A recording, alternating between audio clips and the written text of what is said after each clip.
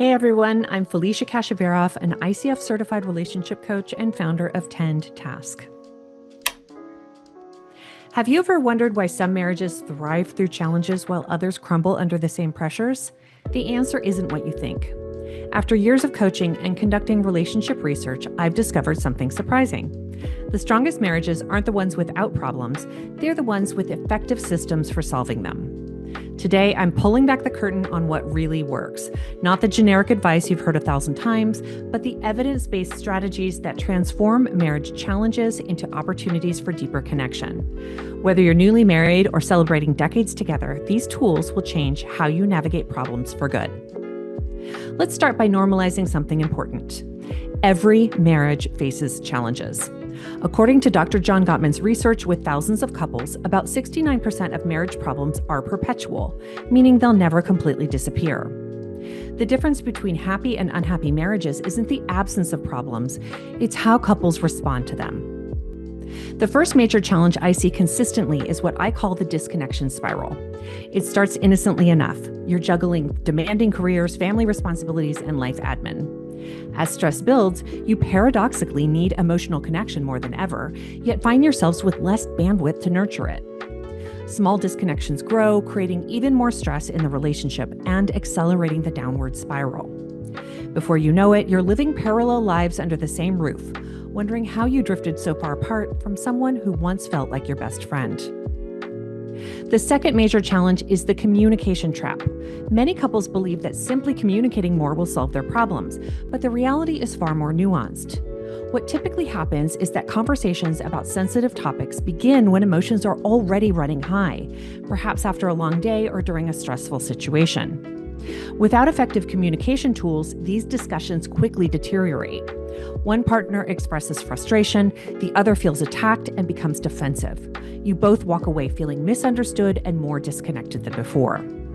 This explains why so many couples feel trapped in a cycle of having the same conflicts repeatedly with different triggers, but identical painful outcomes. The issue isn't the quantity of your communication, but its quality and timing.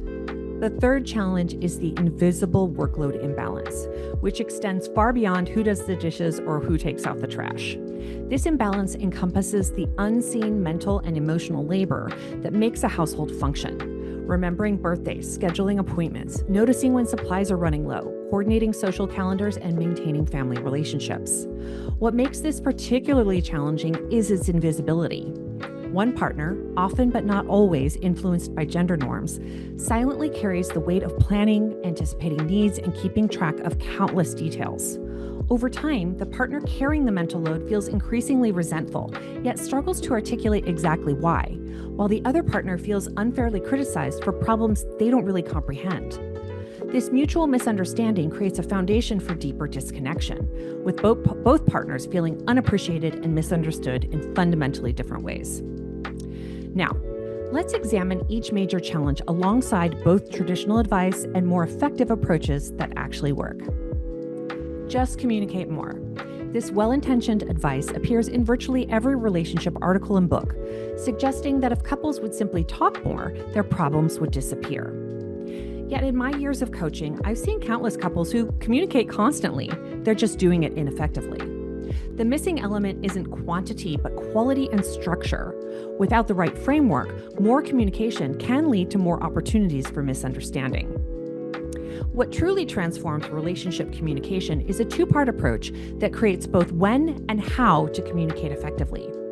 First, implementing structured communication systems provides a container for important conversations that prevents them from happening at the worst possible moments. This might look like weekly partnership meetings with a clear agenda, making sure your conversations stay solution-focused and outlining actionable next steps. The second crucial element is adopting evidence-based communication principles like nonviolent communication, which fundamentally shifts how you express needs and concerns. Nonviolent communication has 4 components: observation without judgment, feelings without blame, needs without criticism, and making requests, not demands. Research from the Gottman Institute reveals that 96% of a conversation's outcome is determined by its first 3 minutes. By combining structured timing with these communication principles, you transform not just what you say, but how and when you say it. When couples struggle with connection, the universal recommendation is to schedule regular date nights. While intentional time together is important, this advice often misses the deeper issues at play. Many couples I work with already have date nights penciled into their calendars, yet still feel emotionally distant. They dress up, go to nice restaurants, and make polite conversation, only to return home feeling like they've just checked off another box. The date night becomes another performance in a relationship already lacking connection, creating pressure for perfection during this one special night while leaving the underlying disconnection untouched. A more transformative approach focuses on rebuilding connection as the foundation for addressing issues, rather than treating it as a separate activity. This means intentionally building connection into your daily life before attempting to solve problems, a principle I call connection before correction. In my 10 Technique program, I teach couples to integrate connection rituals throughout their daily lives, not just during dedicated date nights. These might include a 6-second kiss before leaving for work, a daily check-in text, or starting dinner conversations with an appreciation. Research consistently shows that couples need at least 5 positive interactions for every negative one to maintain relationship health. By weaving these connection moments into your everyday routines during morning coffee, while preparing meals, or before sleep, you create a continuous foundation of goodwill that naturally strengthens your relationship.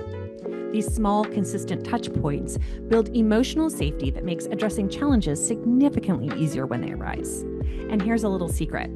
When you're consistently connected throughout the week, your date nights get much, much better.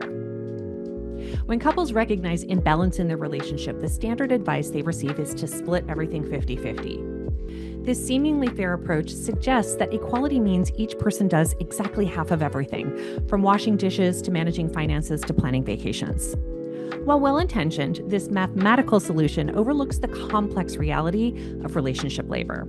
It ignores individual strengths, preferences, and capacities, leading to rigid systems that feel more like a business arrangement than an intimate partnership. Couples attempting this approach may find themselves keeping score and feeling resentful rather than working as a cohesive team. A truly transformative approach requires 2 interconnected steps. First, couples must examine the invisible expectations shaping their division of labor, a process of deconstructing unconscious gender bias. Begin by identifying the internalized role expectations you've each absorbed throughout your lives, the subtle and not so subtle messages about who should handle which aspects of home and family life. Then question the sources of these beliefs, tracing them back to family patterns you observed growing up, media representations, or cultural norms that influenced your understanding of partnership roles. This awareness allows you to consciously challenge gendered assumptions that may be operating beneath the surface of your decisions. Finally, create new sharing strategies for your unique relationship that honor each person's actual abilities and interest. The second essential component is implementing a comprehensive responsibility mapping system that brings all relationship labor, both visible and invisible, into clear awareness. Start by documenting every single task required to maintain your household and relationship, being especially careful to capture the invisible mental labor, the planning, researching, noticing, and remembering that often goes unacknowledged. For each task, honestly assess the energy cost and time requirements, as well as each partner's current capacity, considering factors like work demands, health conditions, and natural energy cycles. Then, distribute responsibilities based on individual strengths, interests, and bandwidth, rather than defaulting to gendered assumptions about who should handle certain domains. Finally, create clear handoff protocols for shared responsibilities, establishing exactly how and when tasks transfer between partners to prevent items from falling through the cracks or requiring constant reminders. This approach isn't about creating perfect 50-50 splits. It's about creating intentional partnerships where both people's contributions are visible, acknowledged, and valued. When couples in our program complete this process, they often express profound relief at finally having language and systems to address imbalances they felt but couldn't previously articulate. Now, there's a fourth challenge that ties all of these issues together, one that explains why so many couples find themselves struggling with the same problems year after year, despite their best efforts to address them. This cycle is what I call the reactive problem-solving cycle. Most couples operate in a perpetual state of relationship firefighting, addressing issues only once they've become too painful to ignore. When communication breaks down, you have an intense discussion about improving it. When disconnection reaches a crisis point, you plan a weekend getaway to reconnect. When workload imbalance creates resentment, you have a heated conversation about sharing responsibilities more fairly. This reactive approach means you're always addressing symptoms after they've caused damage, rather than building systems that prevent problems from escalating in the first place. It's exhausting, inefficient, and explains why many couples feel like they're making the same relationship resolutions year after year without lasting change. The conventional wisdom around relationship support suggests waiting until problems become severe before seeking professional guidance. This crisis-driven approach to relationship care means most couples wait an average of 6 years after problems begin before seeking help. By then, negative patterns have become deeply entrenched, resentment has accumulated, and trust may be significantly damaged. It's kind of like ignoring regular dental checkups until you need a root canal. The intervention becomes much more painful, expensive, and challenging than preventative care would have been. A more effective approach treats relationship health like physical health, something that requires regular, intentional maintenance rather than emergency intervention. The preventative maintenance model recognizes that relationship skills can be developed proactively, just like any other important ability. Just as you wouldn't expect to run a marathon without training, you shouldn't expect your relationship to navigate life's challenges without preparation. This is where relationship coaching, rather than therapy, offers particular value. While therapy excels at healing past wounds and managing crises, coaching focuses on building future-oriented skills and systems. It's the difference between rehabilitation after injury and strength training to prevent injury in the first place. This proactive approach fundamentally shifts how couples experience problems, from threats to be avoided to opportunities for growth to be embraced with confidence. With the right systems and skills in place, marriage challenges become the very experiences that strengthen your bond rather than test its limits. Now, let's talk about how to realistically implement these approaches in your everyday life. Begin by starting small rather than attempting a complete relationship overhaul overnight. Choose just one system, perhaps the weekly partnership meeting, and commit to it for a month. Set a realistic time frame, maybe just 20 minutes at first, and focus on a single recurring challenge you both want to address. Making these systems visible in your environment dramatically increases the likelihood that they will become habits. Consider creating simple visual cues in your shared spaces, a partnership calendar prominently displayed, a whiteboard for tracking tasks, or phone reminders for connection moments.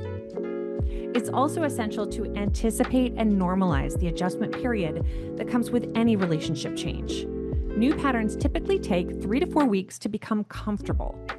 Rather than interpreting these growing pains as evidence the system isn't working, view them as natural parts of the learning process. Celebrate small improvements instead of expecting perfection. Finally, recognize that lasting relationship growth happens best within supportive communities. Consider finding structured support through relationship coaching that provides accountability and guidance. Remember, the strongest marriages aren't built on dramatic romantic gestures, but on consistent, intentional systems that support connection through everyday moments. Here is what I hope you take away today. Every marriage faces challenges, but those challenges don't determine your relationship's success. Your response systems do. When you shift from reactive problem solving to proactive partnership systems, you transform not just how you handle issues, but the fundamental dynamics of your relationship. If you're interested in learning more specific tools about your relationship, I invite you to explore our Tend Technique program, designed specifically to help couples build sustainable systems for partnership. I combine evidence-based approaches with tools that work in real busy lives to help you transform your partnership. Don't forget to subscribe for more relationship insights and share in the comments which of these approaches you're most excited to try. I'd love to hear about your experience.